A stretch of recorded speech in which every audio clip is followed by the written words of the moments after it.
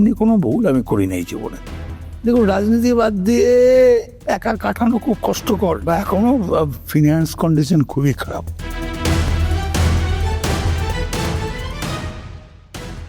দেখুন, আমি কোনদিন এমএলএ হবো না, আমি কোনদিন মন্ত্রী হবো না, আমি কোনদিন এমপি হবো না। আমি যাদেরই এমএলএ করেছি, যাদেরই করেছি, মমতা ব্যানার্জির নির্দেশে করেছি। কখনো আমরা পূর্বে শুনেছি গুড় বাতাসা, কখনো শুনেছি চড়াম চড়াম।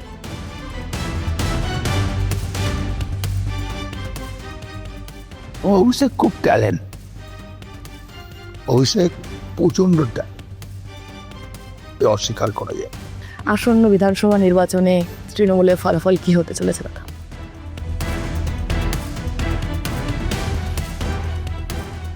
টাইমস নাও খবরের মুখোমুখি বীরভূমের দাপুটে তৃণমূল নেতা অনুব্রত মণ্ডল। অনুব্রতবাবু কেমন আছেন? ভালো আছে। আচ্ছা, প্রথমেই যে প্রশ্ন করব যে এই যে এত রাজনীতি, এত কাজের মাঝে নিজের একান্ত সময়টা কিভাবে কাটে? মানে গান শোনা, হাঁটাহাঁটি, বই পড়া? এই ধরুন, আমি সকালে আমি 7টা নাগাদ উঠে যাই। উঠার পর কিছুক্ষণ বসে থাকি, তার ফ্রেশ ট্রেশ হয়ে ব্যায়ামের মাস্টার আছে, ব্যায়াম ট্যাম করি, একটু হাঁটাচলা করি।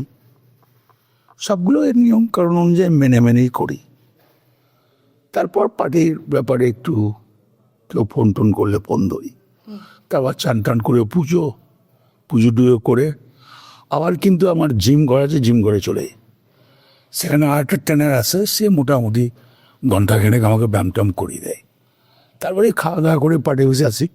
মিটিং না থাকলে পার্টি হাউস, এই পার্টি হাউস থেকে 7টা সাড়ে 7টা পর্যন্ত থেকে বাড়ি চলে যাই।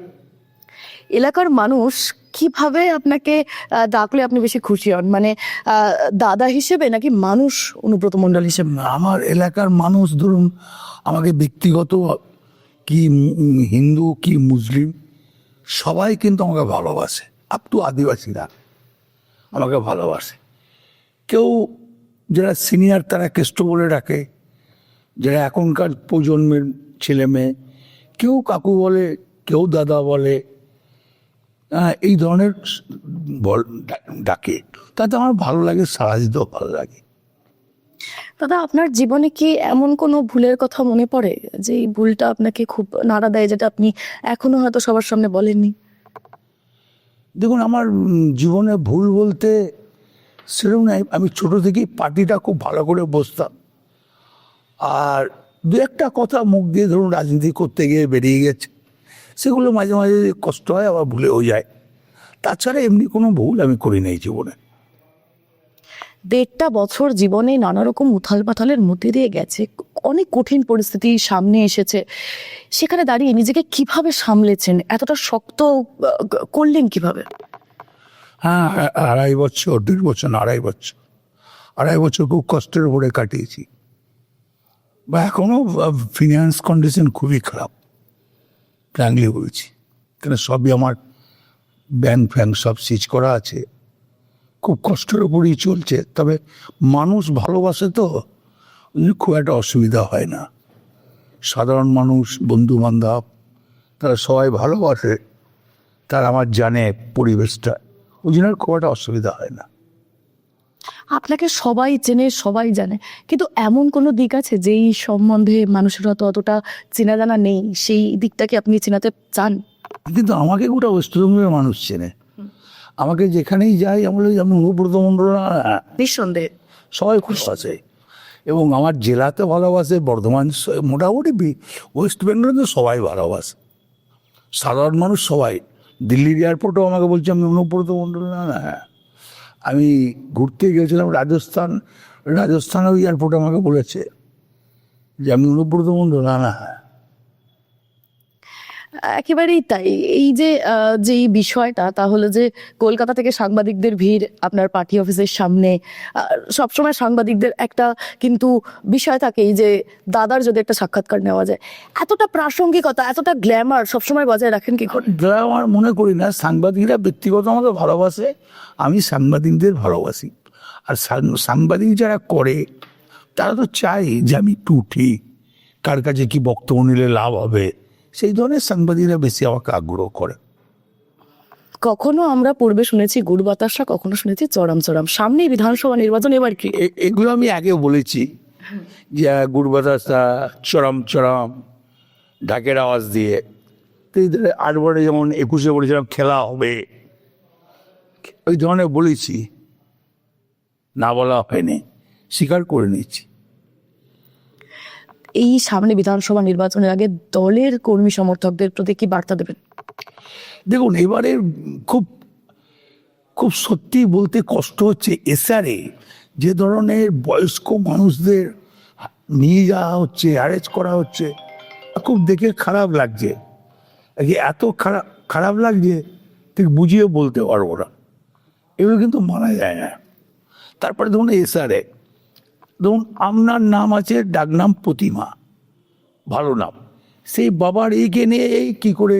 তারপরে ধরুন আগেকার দিনে মাদের বিয়ে হতো অল্প বয়সে, এই আপনার সঙ্গে মায়ের কী করে এত ডিফারেন্ট, এগুলো কোনো কথা হলো? এত কেন কম ডিফারেন্ট? এই ধরনের এসআরটা কিন্তু মানুষ মেনে নেয়নি, এটা অন্যায় হচ্ছে, মানুষকে হয়রানি করা হচ্ছে, ও আরও অসুস্থ করে দেওয়া হচ্ছে। তারপরে এই একের পর এক লোক মরছে এসআরে, ঠিক না। বিজেপি বা সিপিএম এদের মধ্যে কাকে বিরোধী হিসেবে আপনি মনে করছেন? সিপিএম দেখতে পাওয়া যায় মার্কেটে, সিপিএম তো নিজের কবর নিজেই করেছে।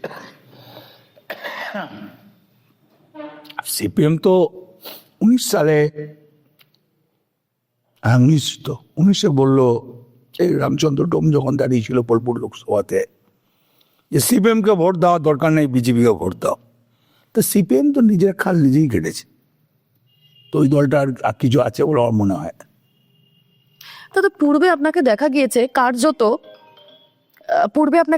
যে কার্যত যাদেরকে আপনি প্রায় হাতে ধরে রাজনীতির ময়দানে নামালেন, এখন তারাই আপনার সমালোচনা করছেন। এই বিষয়টা আপনি কিভাবে নেন? এটা তো রাজনীতি হয়, এটা তো রাজনীতিতে, এইটাই তো রাজনীতিতে হয়।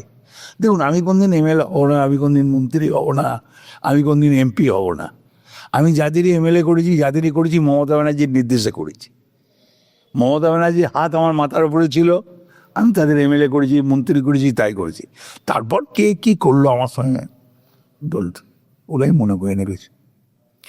আপনি সত্যি বলতে নির্বাচনের রাজনীতিতে কখনো দাঁড়াননি, তারপরেও এই যে আপনার যে এতটা একটা মানুষের কাছে এত চাহিদা, আপনার এতটা ডিমান্ড, এই যে প্রত্যেকবার এই গ্ল্যামারটা আপনি প্রত্যেকবার ধরে রাখেন কি করে এখনো পর্যন্ত? বর্তমানেও আপনি ততটাই প্রাসঙ্গিক। দেখুন, আমি একটা কথা বলি, আমি যদি কোনো মিটিংয়ে, আমি যদি বলি এখানে মিটিং করবো এই ব্লকে, সেই ব্লকে কিন্তু আর জানি না মানুষ আমাকে এত ভালোবাসে, এতবার দেখার পরও সেই মাঠটা ভর্তি হবে। কিন্তু আমি যদি বলি যাব না, সে তারপরে কী হবে সেটা বলতে পারবো, একটা ইতিহাস হবে। মানুষ আমাকে ভালোবাসে, মানুষকে আমি কিন্তু কোনো জাতপাত দেখি না, আমি কোনো দল দেখি না, আমি সব মানুষকে ভালোবাসি। আমি কোনো জাতপাত দিই, মেন ব্যাপার, আমি মধ্যবিত্ত ফ্যামিলিকে, কি হিন্দু কি মুসলিম, মধ্যবিত্ত ফ্যামিলি পাশে দাঁড়ানো দরকার। কেন মধ্যবিত্ত ফ্যামিলি, এই দুটো ফ্যামিলি তাদের মান সম্মান রাখার জন্যে তারা কিছু বলতে পারছে না, তাদের অর্থনৈতিক কন্ডিশন এমন জায়গায় পৌঁছিয়ে গেছে, খুব খারাপ জায়গায় পৌঁছিয়ে গেছে। আজ মুর্শিদাবাদ থেকে শুরু করে যে সমস্ত হিংসাত্মক বিষয় যা উঠে আসছে, তাতে এই পুলিশের বিষয় আপনি কি পুরোপুরি এড়িয়ে যেতে পারেন? যে পুলিশের বিরুদ্ধে যে প্রসঙ্গগুলো যা উঠে আসছে, যেমন একটা বলুন। পুলিশের বিষয়ে নানা রকম সাধারণ মানুষ থেকে শুরু করে বিরোধী যে দলগুলো রয়েছে তাদেরও একটা বক্তব্য যে পুলিশ হয়তো এর থেকে আরো বেশি তারা হয়তো অ্যাক্টিভ থাকতে পারতো, তাদের হয়তো আরো বেশি সতর্ক থাকা প্রয়োজন ছিল, এমন কথা উঠে। তো এক জায়গায় ভুল হতে পারে, তাই বলে গোটা রাজ্যে ভুল নয়। পুলিশ পুলিশের কাজ করবে, দল দলের কাজ করবে, নেতা নেতার কাজ করবে, কর্মী কর্মীর কাজ করবে।